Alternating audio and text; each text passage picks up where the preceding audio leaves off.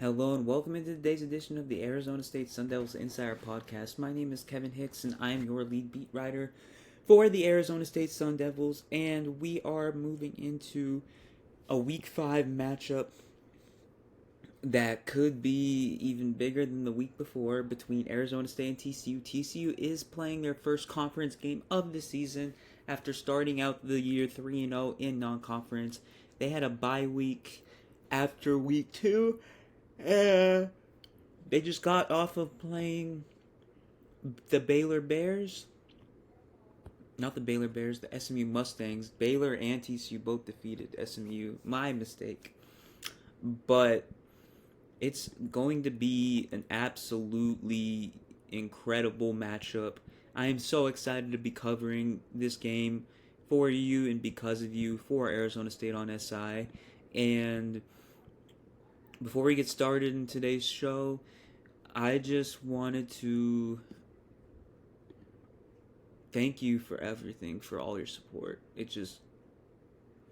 Even when I'm feeling drained, I keep on going because I want to serve you the best way I can, and that keeps giving me motivation to keep going even when I'm not feeling it necessarily. So, thank you, and that's truly from the bottom of my heart. So, in today's episode, I wanted to talk about some of the stuff that Sam Leavitt and Brian Ward both had to say. Obviously, Brian Ward is a defensive coordinator. He's coming off probably the best called game of the season. But first, I wanted to talk about Sam Leavitt a little bit. So, Leavitt had some really funky looking burn marks on his arm. I assume it's probably just friction burns from the game on Saturday, but it was interesting.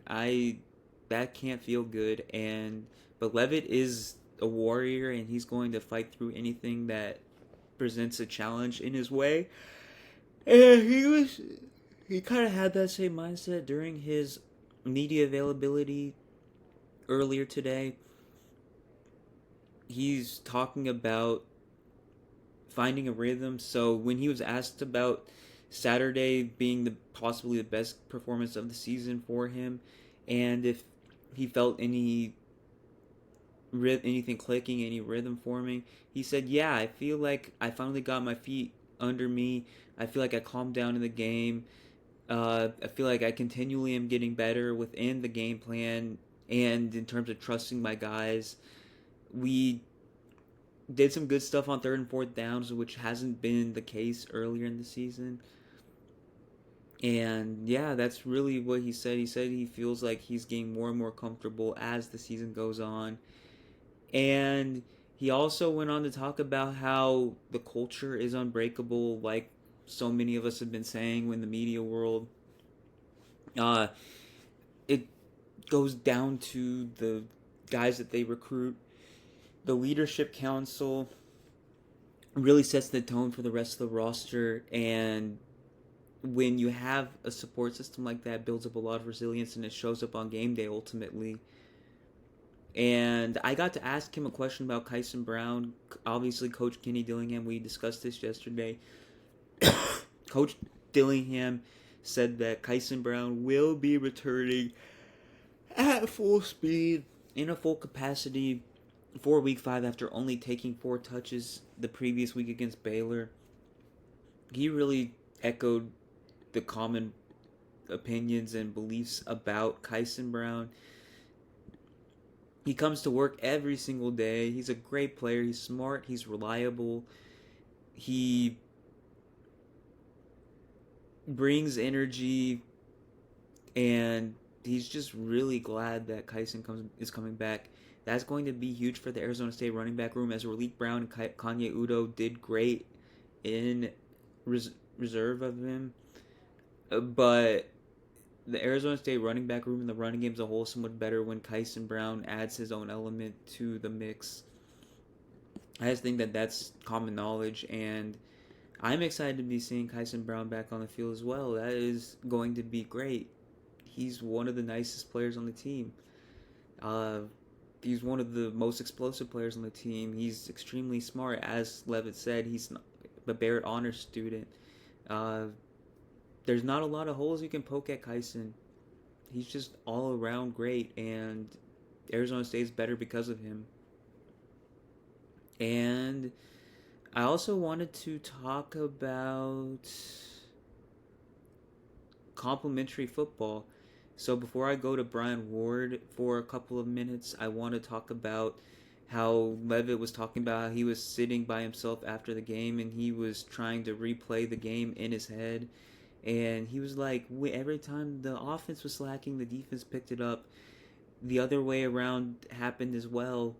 And we ended up winning the game because of the complimentary football. One side picked it up when the other side wasn't necessarily picking it up. And he has nothing but faith in the defense and how they're going to put him in the best situation to win the game via the offense. And that is a perfect segue into what defensive coordinator Brian Ward had to say. So I asked Coach Ward about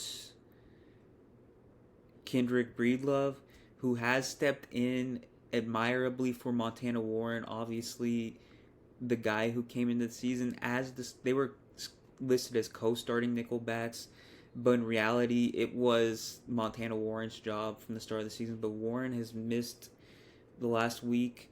Breedlove has broken up a couple passes. He forced that massive fumble on Josh Cameron in the first quarter of the Baylor game, and I asked Brian Ward how positive the addition of Breedlove has been, and he said, yeah, he's awesome.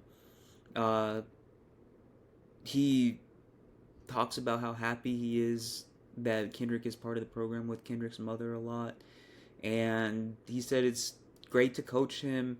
He's intrinsically competitive. He responds the right way through adversity.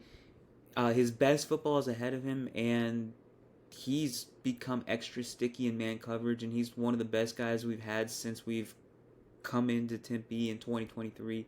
Very, very high praise for the former Purdue cornerback.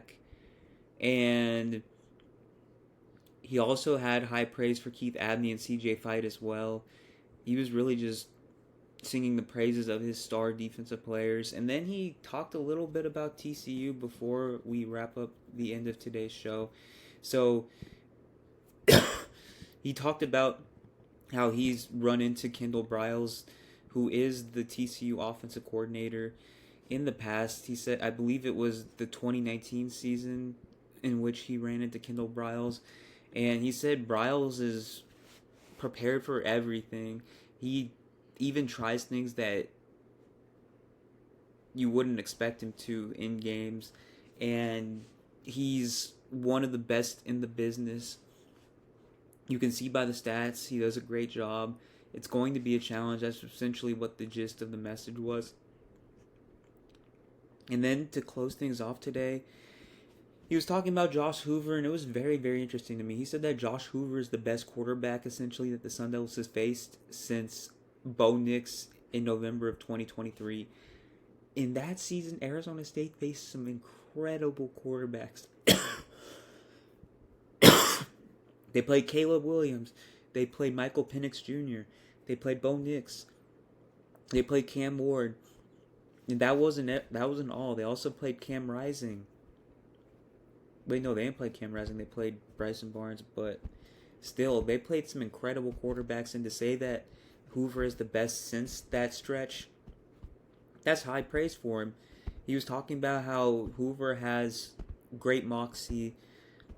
He gets a lot of help from his OC, as we talked about, Kendall Briles. The progressions that he goes through, it's like second nature to him, and it's just, he really sang the praises of Josh Hoover, and that was really, really fascinating to me.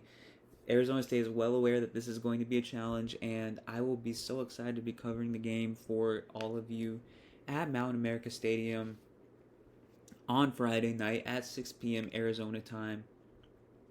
For those of you that can't be at the game will be broadcast nationally on Fox, and Thank you for tuning in today, and I will see you tomorrow, hopefully with another special guest this week.